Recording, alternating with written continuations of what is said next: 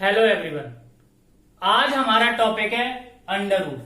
Under root कैसे solve होते हैं, कैसे इनका addition, subtraction, multiplication and divide कैसे किया जाता है, आज हमारी बात इस पर होगी। किसी भी नंबर का एडिशन और सब्ट्रैक्शन कैसे होता है, पहले हम ये देखते हैं। हम बात करते हैं सबसे पहले एडिशन एंड सब्ट्रैक्शन की। उससे पहले आपको एक चीज समझनी होगी बेटा। सपोज ये एक वर्ड, एक वेरिएबल अंडर रूट लिखा हुआ है √2। ये है क्या? √3, 2√2, 3√2, ऐसे 2√3, 3√3। पहले एक बात आपको ये याद रखनी होगी, यदि कोई भी अंडर रूट अकेला लिखा है तो इसका कोफिशिएंट की वैल्यू है 1। कोई भी अंडर रूट अकेले लिखा है तो इसके कोफिशिएंट की वैल्यू होती है 1। किसी भी नंबर का एडिशन और सब्ट्रैक्शन करने के लिए सिर्फ और सिर्फ कोफिशिएंट की जरूरत होती है। पहली चीज, अंडर रूट कभी भी ऐड नहीं होते और ना ही सब्ट्रैक्ट होते हैं। किसी भी अंडर रूट को सॉल्व करने के लिए सिर्फ और सिर्फ कोफिशिएंट की जरूरत होती है। यहां पर हमें साफ दिख रहा था 2 और 3 इसके कोफिशिएंट है, तो हम सॉल्व करते सकते थे। बट कभी भी कोफिशिएंट नहीं दिया होता, इसका मतलब कोफिशिएंट होता है 1। अब हम इसका देखते हैं कि ऐड कैसे होगा। एक कंडीशन याद रखना बेटा, किसी भी रूट का नंबर का ऐड सिर्फ अपने ही रूट वाले नंबर से होता है। √3 से ही ऐड होगा, √5 से ही ऐड होगा, √7 से ही ऐड होगा। ये चीज यदि आपको याद रहेगी तो आपके अंडर रूट का एडिशन और सब्ट्रैक्शन 1 सेकंड में कंप्लीट हो जाएगा। मैंने आपको बताया कभी भी अंडर रूट नहीं जुड़ते, सिर्फ और सिर्फ कोफिशिएंट जुड़ते हैं। 1 2 3 ये ऐड होंगे, 1 2 3। तो कुछ क्वेश्चन करके देखते हैं। ये जो दो मैंने कंसेप्ट बताए हैं, उन्हीं से सभी के एडिशन एंड सब्ट्रैक्शन कंप्लीट हो जाएंगे। सपोज मैंने आपसे बोला √2 प्लस √2 करके दिखाओ, तो रूट और रूट कभी नहीं जुड़ते, सेम रूट लिख दिया। जोड़ते हैं इनके नंबर 1 and 1, 2√2 आंसर। ऐसे सपोज मैंने बोला √3 और √3 ऐड दिखाओ, तो कभी भी √3 नहीं जुड़ते, जोड़ते हैं इनके नंबर 1 and 1, 2√3। अब मैं आपसे बोलूं 2√3 ऐड करो 10√3 में, तो आंसर क्या आएगा? √3 सेम एंड नंबर 2 + 10 is 12√3। ये इनके आंसर हो गए। सेकंड कंडीशन क्या थी बेटा? रूट सेम वैल्यू से ऐड होते हैं। यदि मैं आपसे बोल दूं कि आप √5 प्लस √2 करके दिखाओ, तो आपका आंसर चेंज नहीं होगा। 5 प्लस √2 ही इसका आंसर होने वाला है। सपोज मैंने आपसे बोला 2√3 plus 2√5 plus 6√3 and plus 2√2 and 5√2 and 6√5, इनको ऐड करके बताओ। तो आपके माइंड में सबसे पहले एक कंसेप्ट होना चाहिए, रूट का नंबर सेम रूट वाली से ऐड होगा। √3 तो 2 and 6 8√3। √5 के देखेंगे बेटा, √5 and √5 2 and 6 8√5। ऐसे ही बेटा √2 and √2 ऐड हो जाएंगे, 2 and 5 7। सिर्फ कोफिशिएंट ऐड होते हैं, वेरिएबल इनके ये जो नंबर अंडर रूट के अंदर होते हैं कभी भी ऐड नहीं होते। अब मुझे क्या दिख रहा है? ये तीनों डिफरेंट वैल्यू है, √3, √5, √7। यही आंसर आ गया। ये ऐड नहीं होंगे। मैंने आपको बताया दो ही कंडीशन याद रखनी, पहली कोफिशिएंट ऐड होते हैं और दूसरी कंडीशन है कि सिर्फ सेम अंडर रूट ऐड होते हैं। यदि अंडर रूट सेम नहीं है तो ऐड नहीं होंगे, सेम एज इट इज लिख दिया जाएगा। अब हम बात कुछ बड़े अंडर रूट की करते हैं। तो आप मुझे ऐड करके बताओ, √25 plus 125 and plus under root 625, क्या ये ऐड होंगे? मैं देखकर बता सकता हूं कि ये ऐड नहीं होंगे। क्यों नहीं होंगे, देखते हैं क्या रीजन है। सपोज मैंने आपसे बोला रूट 25 ये सेम नहीं है, बट बेटा ऐसे ही डायरेक्ट सॉल्व नहीं होते। अभी तक हम जितने भी छोटे को ऐड कर रहे थे, छोटे नंबर के अंडर रूट ऐड कर रहे थे, इनके प्राइम फैक्टर नहीं होते थे, इसलिए हम डायरेक्ट देख रहे थे। बट जब भी कोई भी अंडर रूट 2 डिजिट में आ जाए अंदर, तो पहले आप उसके प्राइम फैक्टर करो। 25 के प्राइम फैक्टर होंगे 5 इंटू 5, 125 के प्राइम फैक्टर होंगे 5 इंटू 5 इंटू 5, एंड 625 के प्राइम फैक्टर होंगे 4 टाइम 5।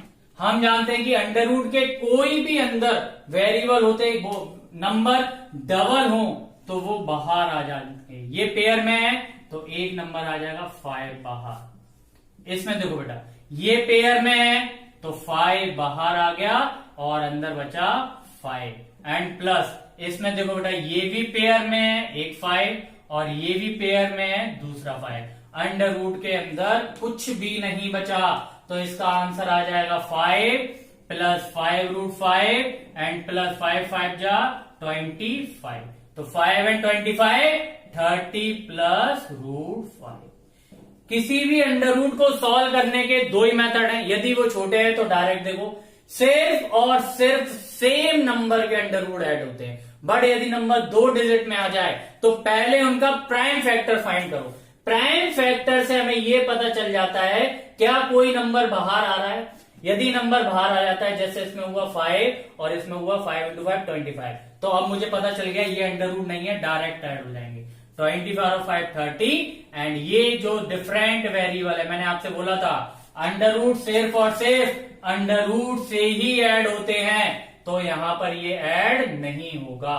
अब हम इसका एक सबट्रैक्शन का क्वेश्चन देखते हैं। सपोज मैं आपसे बोल दूं 6 root 5 minus 2 root 5, same root 5 minus हो जाएंगे।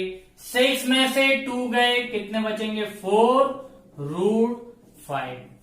एडिशन एंड सब्ट्रैक्शन दोनों सेम ही चीज होती हैं। देखो मैं आपको मिक्स करके बताता हूं। कोई भी दोनों नंबर प्लस के हैं तो वो ऐड होते हैं और साइन प्लस का आता है।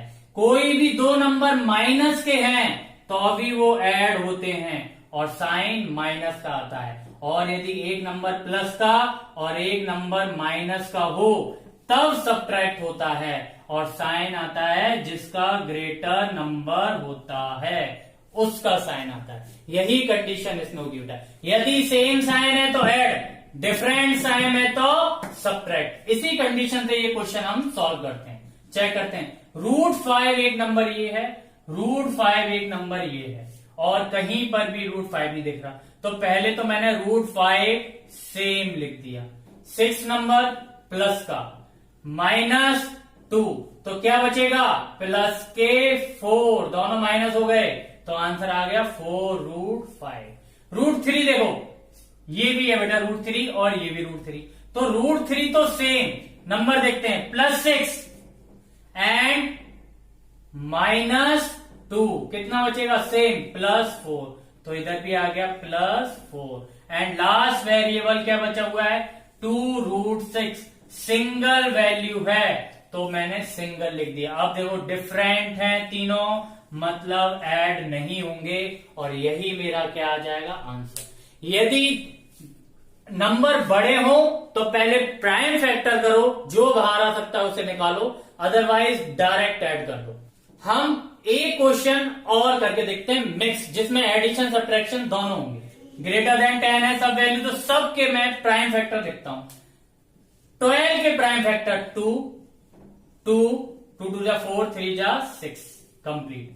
32 के prime factor 2 into 2 into 2 into 2 into 2।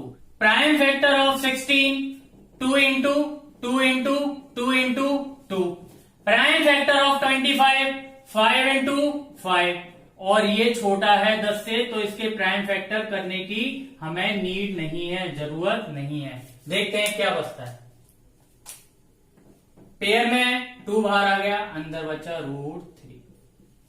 एक 2 पेयर से बाहर, एक और 2 पेयर से बाहर, और एक अंदर रिमेनिंग रह गया, प्लस 2 एक पेयर बाहर, एक और पेयर बाहर, कंप्लीट, कुछ नहीं बचा। यहां भी 5 का पेयर है, 5 लिख दिया, कुछ नहीं बचा। And last is 2√2, same as it is. अब देखो क्या क्या ऐड हो सकता है। अभी ये सेम लिख दिया बेटा मैंने, 2 2 जा 4√2, 2 और 2 4 प्लस 5 माइनस 2√2।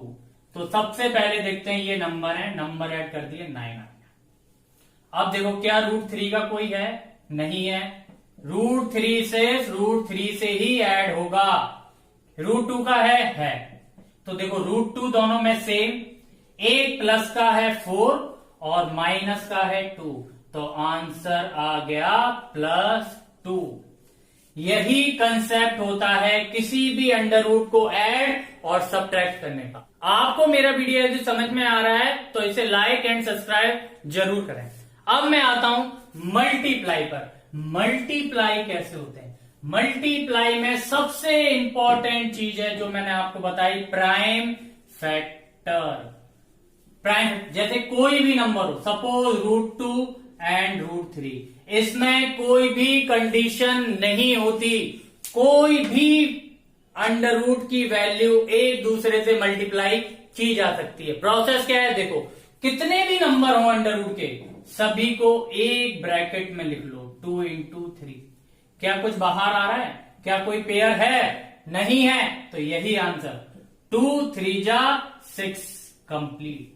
सपोज मैं आपको एक क्वेश्चन दूं, 2√2 × 3√6 × 5√32 सॉल्व करते हैं। सबसे पहले कॉफिशिएंट से मल्टीप्लाई होंगे, 2 3 जा एंड 5, तीनों मल्टीप्लाई हुए, और जो भी अंडर रूट के नंबर हैं उनको हमने अंडर रूट में मल्टीप्लाई किया। 2 × 6 का प्राइम फैक्टर, 2 × 3 एंड 32 का प्राइम फैक्टर, 2 × 2 × 2 × 2 × 2, 5 टाइम 2। मैं आपको एक चीज रिपीट कर रहा हूं, किसी भी नंबर का मल्टीप्लाई करने के लिए आप उन्हें एक ही ब्रैकेट में लिखें। यदि प्राइम फैक्टर हो सकता है तो प्राइम फैक्टर डायरेक्ट ही लिख दें और मेरा आंसर आ जाएगा। पहले देखो बाहर, 2 3 जा 6, 5 जा 30, अंदर से देखो क्या क्या पेयर है, जो भी पेयर में होगा उसे हम पहले बाहर निकालते हैं। एक 2 बाहर, एक और 2 पेयर बाहर, एक और 2 का पेयर बाहर। अब कुछ भी पेयर नहीं है, सिंगल 3 एंड सिंगल 2 रिमेनिंग रह गया है। जो भी पेयर में नहीं होते उनको सिंगल लिख देते हैं, आंसर आ जाता है। 30 × 2 60, 120, 240 मल्टीप्लाई कर दिया, और अंदर पेयर में नहीं है तो क्या रह गया? 6। ये इसका है आंसर। किसी भी अंडर रूट को सॉल्व करने के लिए एक ही प्रोसेस है, कॉफिशिएंट को कॉफिशिएंट से मल्टीप्लाई कर दो और अंडर रूट एक साथ लिखकर मल्टीप्लाई करो। मल्टीप्लाई की कोई कंडीशन नहीं होती, किसी का भी मल्टीप्लाई किसी में भी हो सकता है। पहले कॉफिशिएंट एक साथ मल्टीप्लाई कर दिए, अंडर रूट में बाकी सब लिख दो, 21, 36, 12, सो 3 4 जा 12, 12 4 जा 196 अंडर रूट 21। ये डायरेक्ट मल्टीप्लाई नहीं होते, मैंने बोला प्राइम फैक्टर सबसे ज्यादा यूज होता है। 27 का prime factor 3 × 7 27, 36 prime factor 36, 2 × 2 × 3 × 3, and 12 के प्राइम फैक्टर 2 × 2 × 3 कंप्लीट। देखते हैं क्या पेयर हो रहा है। 96 सेम, एक 3, एक और 3 है, एक 3 बाहर, एक 3 के साथ एक और पेयर बन गया, एक और 3 बाहर। 2 के पेयर देखते हैं, 2 का 1 पेयर एंड अगेन 2 का 1 पेयर। अंदर बच गया सिर्फ 7, तो 7 एज इट इज नोट कर दिया मैंने आंसर। 2 2 जा 4, 4 3 जा 12, 12 3 जा 36 × 96 अंडर रूट 7। इनका मल्टीप्लाई कर दो और आंसर आ गया। अंडर रूट की सिंगल वैल्यू रह गई मेरी 7।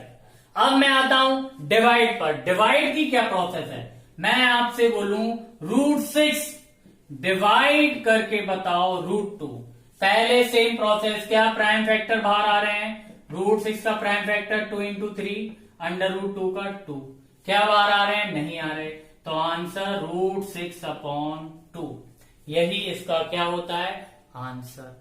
बट बेटा कभी भी अंडर रूट की किसी भी नंबर को अपॉन में नहीं लिखा जाता, इसके लिए हम कर देते हैं रेशनलाइज, और रेशनलाइज ही डिवाइड कहलाता है। रेशनलाइज करना ही डिवाइड होता है।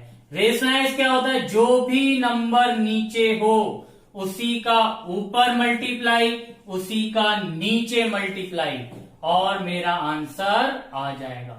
6 का 2 में मल्टीप्लाई कैसे होगा, 6 इंटू 2, 2 का 2 में मल्टीप्लाई 2 इंटू 2, देखते हैं क्या आता है। 6 का मल्टीप्लाई करने के लिए पहले फैक्टर करना होगा 2 इंटू 3 एंड 2 अपॉन, ये देखो पेयर में आ गया तो क्या बचा, 2 बाहर निकल आया, इसमें से देखो कुछ पेयर है 2 बाहर आ गया, अंदर बचा √3/2, 2 से 2 कैंसिल, आंसर आ गया √3।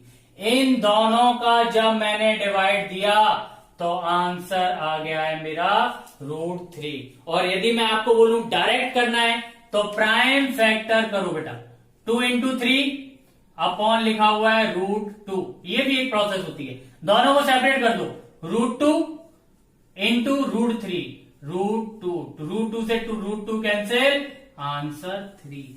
दोनों में से जो भी तरीका आपको करना हो वो सिंपल है, दोनों यूज किए जा सकते हैं। कुछ क्वेश्चन और करके देखते हैं। सपोज मैं आपसे बोलूं √12 का डिवाइड दो √3 से, same process, √12 prime factor 2 into 2 into 3, 2 2 जा 4, 3 जा 12 एंड अपॉन में क्या है √3। √3 कर सकता है तो सेपरेट कर लो, ये तो पेयर में बाहर आ गया बेटा, 2 पेयर में बाहर आ गया और सिर्फ बचा √3 एंड 2 बाहर आ गया बेटा, एंड √3 अपॉन में है तो √3 कैंसिल, बच गया 2।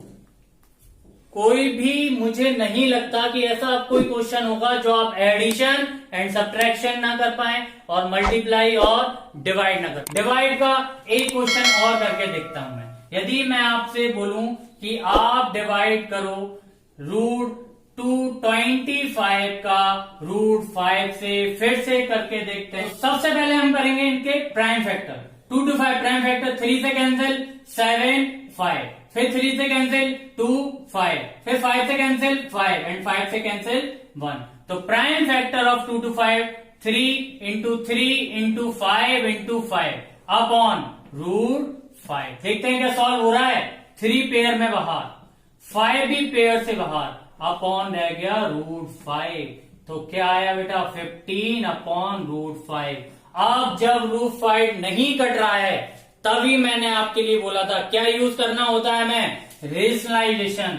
रेशनलाइजेशन क्या होता है, जो भी नंबर नीचे होता है रूट में उसी का ऊपर और नीचे मल्टीप्लाई कर दो और आंसर आ जाएगा। 15 का √5 में नहीं होगा सेम, क्योंकि 15 नंबर है, √5 अंडर रूट में कोई मल्टीप्लाई नहीं होगा, सेम एज इट इज लिख दिया मैंने। √5 का √5 में तो 5 इंटू 5। मैंने आपको बताया जब भी पेयर होता है बाहर आ जाता है, 5 पेयर से बाहर आ गया, 5 से कट गया 3 टाइम, सो आंसर इज 3√5। यही था एडिशन, सब्ट्रैक्शन, मल्टीप्लिकेशन, डिवाइड का सारा कंसेप्ट। अब ऐसा कोई क्वेश्चन नहीं होगा जो हम इसके अंडर रूट के सॉल्व नहीं कर सकते। आपको मेरी वीडियो पसंद आई तो इसे लाइक एंड सब्सक्राइब जरूर करें। Thank you.